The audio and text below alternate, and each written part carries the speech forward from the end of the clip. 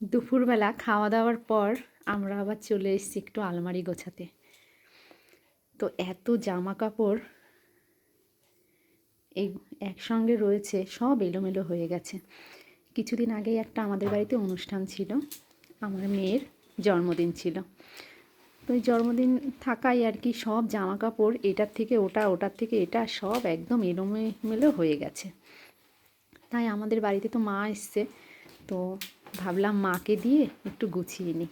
মাকে দিয়ে একা করাবো না, আমিও একটু সঙ্গে হাতে হাতে করছি।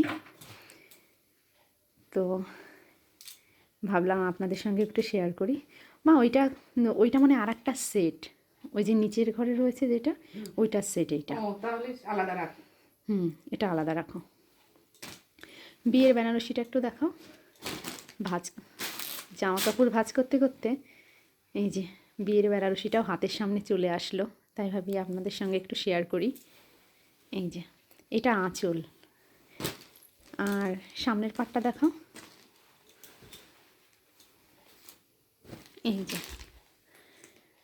এটা 15 বছর আগের বিয়ের বেনারসি। এই যে কালারটা কিন্তু এখনও খুব সুন্দর আছে।